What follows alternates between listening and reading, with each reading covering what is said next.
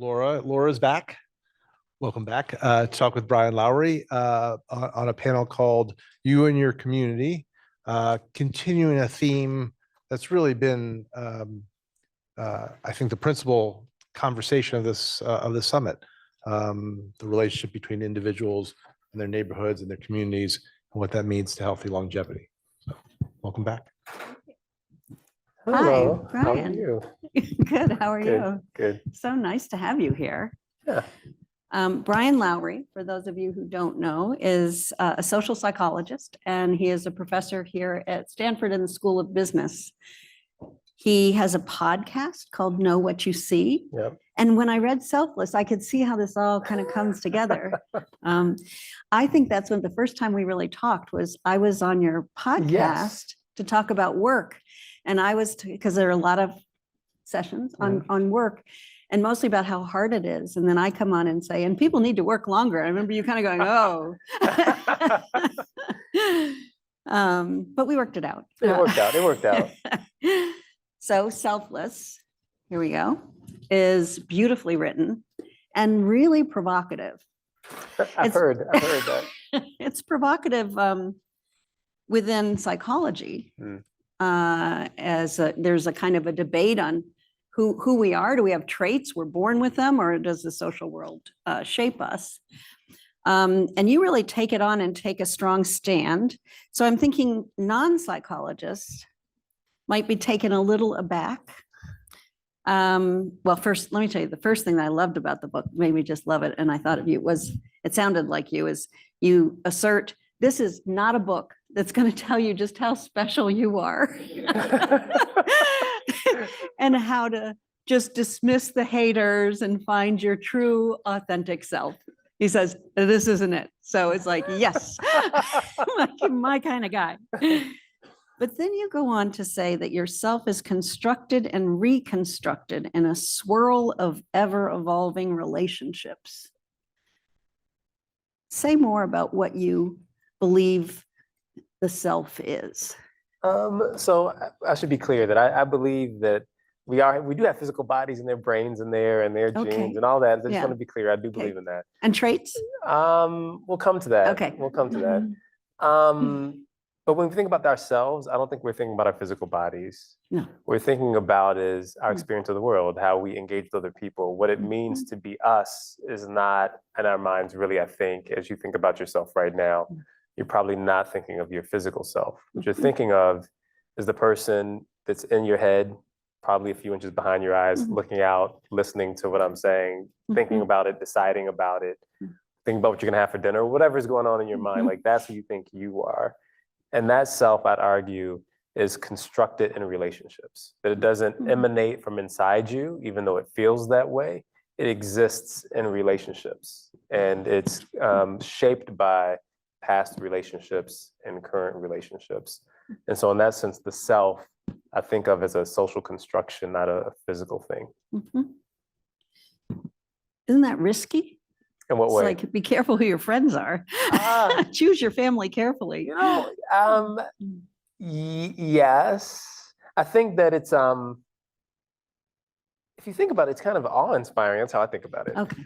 That when you walk through the world, you're constantly being made and remade in interactions you have with other people. And you're also making and remaking the people you engage with. And I think we don't take seriously the impact of social relationships. We all talk about how important relationships are, especially post-pandemic or during the pandemic. Everyone, well, most people saw the importance of relationships and the pain associated with the inability to engage in those relationships as you did. But I think we still underestimate the effect of relationships on who we are and our effect on other people. So I take what you're saying is, you know, we kind of think of our social relationships as influencing ourselves and how we feel. You're saying it's another level of, it's deeper than that. That is who we are. Yeah, I think the way we engage is if we are islands and other people bump into us or engage with us, you know, and they affect us or they don't, or we can choose to engage with them or not. And I'm saying, like, no, that's probably the wrong metaphor. Like, those relationships are constructing you. They're not influencing some core you in there and bumping into you. They are a part of what that you is. That's what I'm saying. So it's, in some ways, it's there's a subtlety, but an important difference between being affected by relationships and being created by relationships. And I'm making the claim of creation, not effect. And you argue that there are categories that the individuals in our lives respond to strongly, categories that are kind of core categories that people call, like gender, race. And so they come to influence who we are, how we perceive ourselves and others, well, because of how others perceive us. I think it's really fraught right now to think about these categories, but I think when you examine them, it's a way to see what I mean by relationships are constructing you. If you think of yourself as a particular gender, right? So if you think of yourself as a man or woman or non-binary, it doesn't matter what category you're in, but if you perceive you to exist in a category, and most people do, you can see how that category acceptance shapes you. Like it tells you what clothes you should wear. It tells you what bathroom you should go into. It tells you what to expect when you meet someone else, how they're going to interact with you, how you should interact with them. It's constantly shaping how you engage with the world, just focusing on gender right now. And then when you ask, what is it? People will think, well, the first thing they'll tell you is something like, it's, your chromosomal makeup, right? It's your physical makeup, but that's not telling you what to wear. That's not telling you how to interact with other people. That's not what's driving it. That's not, when you say gender, that's not what you're talking about. What you're talking about is who you perceive yourself to be and who other people perceive you to be. And that's not about the physical reality of your birth. That's about the relationships you engage with. And in that sense, you can only know your gender because you have learned what it means to be that gender. So what I mean by that is some people will say, like, I was born a man or woman, or I knew what I was when I was born. And I don't deny that you can know something. But how could you know what that something was? How did you know what it meant to be a man or a woman? Let's say you were born, you're like, I feel like this, but there's no content to that. There's no way of knowing how other people experience that until you learn what that is. And you learn what that is in relationships, like people engage with you, what it means to be a sister or a mom. That's how you learn what these things mean. They're not just given. They don't just exist as like a rock in nature. They are constructed in relationships. And because they are, that means you are constructed in those relationships to the extent that being a man or woman is a part of how you understand who and what you are. So you would get a lot of pushback these days from people who believe that they are, say, one sex and not another, and claim that is, they were born that and they've always known that. And it sounds like you're saying you'd be a little skeptical. I'm explicit about it. Look, there's something for everybody to hate in this book. That's what I always say. There's something for everybody to hate. So gender is a good example. So if you're someone who believes like you're just born and you know what you are, I'm like, I don't see how that can possibly be true. At the same time, like, I don't care if you're like 6'3" and have a beard and you like a lot of muscles. You can be a woman. Like that doesn't. There's nothing in what I'm saying that disallows that. But what I do say very clearly is you cannot be anything social. And I think gender is social. You cannot be anything social by yourself. It's just not possible. That's what it means for something to be social. So any social identity you have cannot exist without other people engaging you on that identity. It's just not possible. That's the claim I make. And say something about race. I mean, I feel the exact same way about race. And this gets me in trouble. Like I give the example of Rachel Dolezal. I don't know, maybe some of you remember her, but she was for sake of making this clear, she was a Black woman. So I understand, but she was a Black woman who ran the NAACP chapter in Spokane, I believe it was. And it came out that she was born a white girl, meaning that like both her parents were white. You see pictures of her as a child. She was a average looking young white girl, and that she identified or thought of herself as Black relatively early on. This is her claim, relatively early on, and engaged in the world in that way. And at some point, the world engaged with her in that way.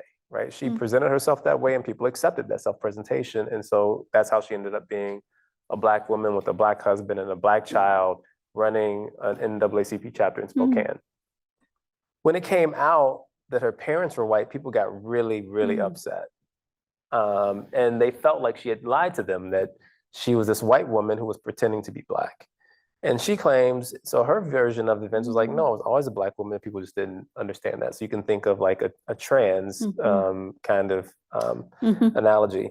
And my claim, this is how I think about race, how I think about gender, how I think about all social identities, really, that she was born a white woman. She was a white woman, or actually a white child, a white girl.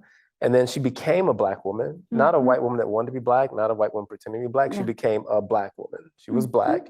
And now she's a not Black woman. Yeah. That's what I believe. Those are like, I mean that she was not pretending, not seen as, like, she was Black, and now she's not Black. And you can contrast that with her saying she's always been Black. I'm like, no, that's not true. And you can contrast that with some of her critics that said she was never Black. And I would say, no, that's not true either. And so I'm very serious about the idea that your relationships and your beliefs together construct who you are. There's no inner core outside of that when you think about the self the way I'm talking about it. I see why you get in trouble a lot. That's good. It's good. It's all right. It's good. It's all good right. trouble. Yeah, it's all right. Thinking of the self in the way that you describe, which I very much resonate to. I mean, there's a world of psychology research behind everything you're saying, Yes. and makes a lot of sense. It made me wonder if Americans aren't in a particularly, I don't know, dicey situation because we live in a culture that not only creates the self in the way that you said, but in which, to quote Aurora Harris, yesterday she was here from the Young Invincibles. Aurora, are you still here? She described the culture or beliefs about Americans are that we are rugged individualists. And so the self is created, let's say, let's take that as a given as you describe, but we are supposed to believe, and many of us do believe, that we're individuals, and that's a good thing, and we're going to fight for it and believe in it. Yeah. I don't know. People have delusions. I don't, I think it's,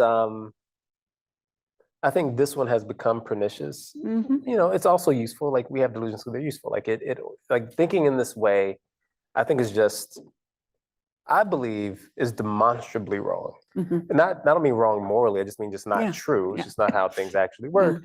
But it's useful. Like, it's useful. It's a way to arrange exchange between people. It's a way to arrange the economy. It's a way to arrange, like, a politic, right? A political body. And so in that sense, it's useful, but it still doesn't mean it's true. I just think it's a fiction. Now, we can have a debate about, I think I'm happy to talk to people about whether or not the fiction produces benefits that make it worth behaving as if it's true. I think you can have a reasonable debate about that, but I think it's hard to have a reasonable debate about whether or not it is true. It's like it's clearly wrong. That's my position on this. It's like, I just think it's like, for example, the idea of individual deservingness and meritocracy is just nonsense. I mean, it's just easy to demonstrate that is nonsense. It takes almost no thought to see how thin that is. So a lot of these things we accept as true, but it really does not take much to see behind the curtain. Like, no, this cannot be quite right. And a benefit would be of taking it what you say as truth, that we are part of the social story into which we were born, right? Yes. We feel like we belong, right? Does it give you a sense of belonging? You would think it would kind of afford that. I think it does more than that. I think no one really wants. This is one of the more controversial things I might say. I don't know. Maybe I'll say anything else. I might say something crazy. Who knows? Come on. I think that people don't really want freedom. I think that people want it and they don't really understand it. And they don't really want it. And what I mean by that is, if what you mean by freedom is I can choose to do what I want without influence from other people. Like, I can be free of the influence of the world and just decide how I want to live, who I want to be. Like nobody wants that nonsense. You would be untethered to the world. You wouldn't know who you were. You wouldn't know how to interact with people. You would be completely and utterly alone. And human beings are terrified of being alone because we have not evolved for that. Like we cannot exist outside of a social group. And so there's all sorts of evidence that suggests that's true. For example, in the neuroscience space, people respond to ostracism as if it's physical pain. Like it looks similar in the brain. Like cultures, at an anthropological sense, cultures will sometimes, the most heinous punishment is a ritual excommunication. They'll literally say you're not part of this community anymore, and that's akin to death because for most of our evolutionary history, that was death. And so the idea that you can exist on your own or that you want to is just, there's just no evidence that exists. In fact, there's a lot of science that suggests that's just not possible. Human beings are not designed for that.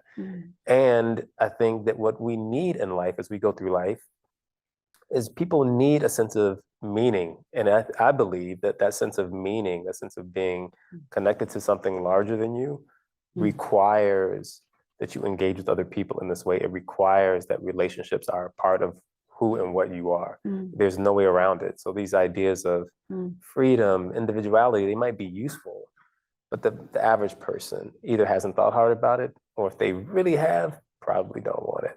There's some small examples, I would say, like, so there are religious traditions, like Buddhism is one of them, where they strive in some forms of Buddhism, you might strive to eliminate the sense of self as a way of freeing yourself from suffering in that tradition. But the thing about that is even there, it's a life's journey to try to get to that point. And it is the extinguishing of the self. It's not, people think of nirvana as heaven. They make these, that's not what nirvana is. Nirvana is the extinguishing of self, the absence, the getting off the wheel. And that is not what most people are searching for, I'd argue.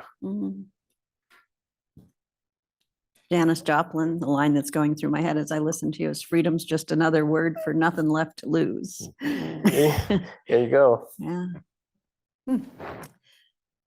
So I want to turn to age, as we've been talking for the past couple days about age and living longer. And that means that we will go through many different stages and ages, right? And it's interesting to me that age is a powerful category.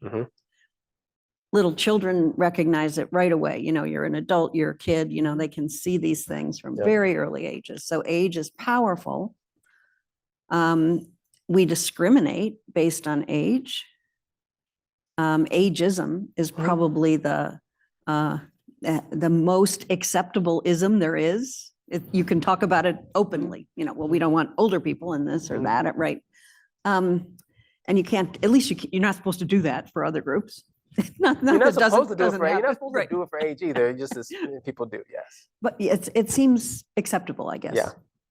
And it's curious to me, especially curious, because it's the only category. We will all inhabit every one of them, yes. With a little luck, we're all there. Yeah. So what's that about? Well, one, some of that is culturally specific. Let's be clear, like not every culture treats aging in the same way. Not the same way. Not the same way. Yeah. Every culture, what I think is similar across cultures, as far as I know, that there is a shift in power as you age, right? So every culture has some version of, you have very little power when you're born. Like in essence, you're completely dependent, and as you become a child, you still don't have much power, and that increases over time, and then you reach a point, and then it starts to diminish again at some point, right? That is, I think, the natural. What I mean is that is the accepted, across societies. You get some version of that, like where exactly things shift, change, but this pattern is the same. So I think the discrimination probably comes in part from that. What I find, I was thinking about this, I didn't talk about this much in the book because there wasn't a lot of research on it, but it's just thoughts I have, is that we think of age along a continuum to some extent, but I think there are social categories that people inhabit. When they inhabit them as if they will always be that thing. They don't inhabit it as a transitory, like I'm here and I will be somewhere else. And I think in part because that's how we inhabit most of our lives. Like right now, you think some version of you are who you are and you'll be this person 5 years from now. Like that's just not true. You will not be the person you are right now 5 years from now, but you have that experience. I think if you thought of age in terms of socially constructed categories, I think it's easy to understand how this kind of problem that you're describing kind of can come to be, where when you're a teenager, you just can't, like, you think that you are this thing. It's not like I'm a teenager right now and I won't be a teenager. It's like, it's that this is who I am and who I will be, in the same way that you probably in the audience feel that way about a lot parts of who you are right now in your life. You feel that way about age, which I think allows you to see people in categories that you will inhabit, if you're lucky in the future, as distinctly different, not just in this moment, but as something you will never know or understand. It'd be like looking at someone who's a different race or a different gender and saying like, that's them and this is me, and that's how it is. Not I will transition into that, because people don't seem to have this sense that they change in that way. They have this sense of stability that's just not true. But in age, it's just so obviously not true. I think it might be strange to see people engaging in this confusion about their stability when it's clear that they'll change. But it should be just as odd in these other ways that people think they're stable, where they're not at all either. You just don't see it that way. And so I think that age has that disconnect between being able to see, especially as you're older, because you have gone through those categories, and you know that the people that you see will go through them, but they're behaving as if somehow they won't. It's odd.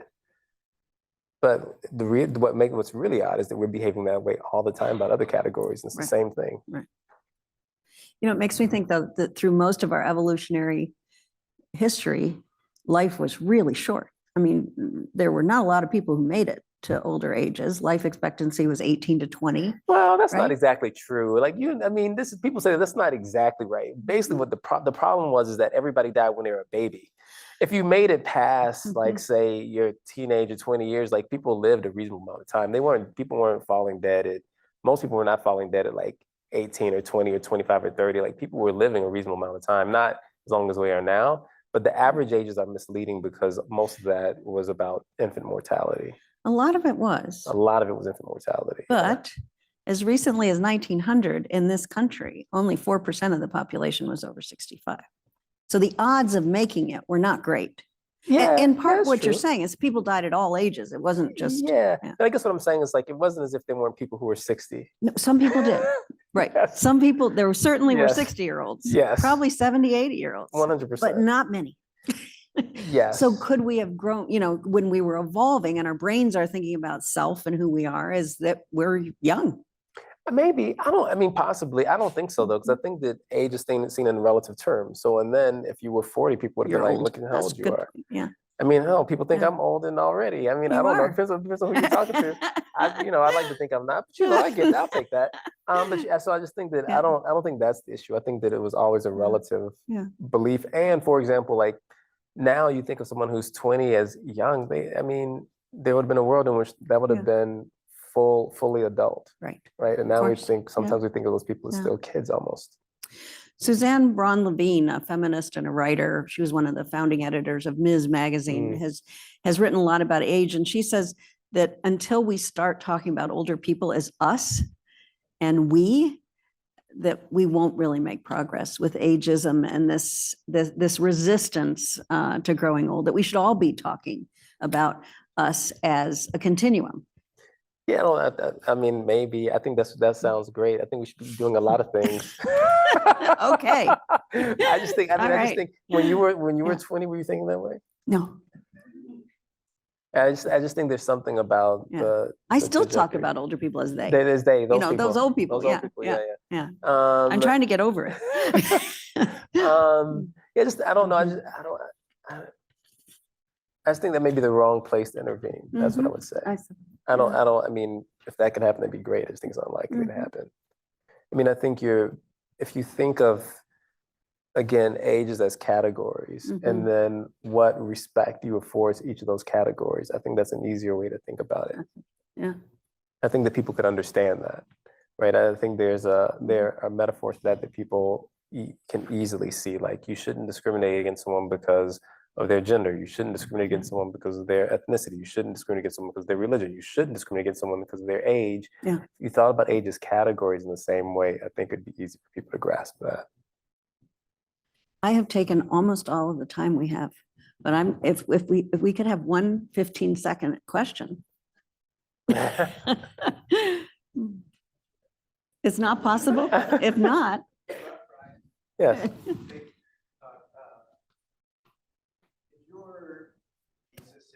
Would people be more compassionate to one another if they Ah. had this view? Is that really your view? And I guess, I appreciated your talk about the Buddhist view of non-self and how it's different.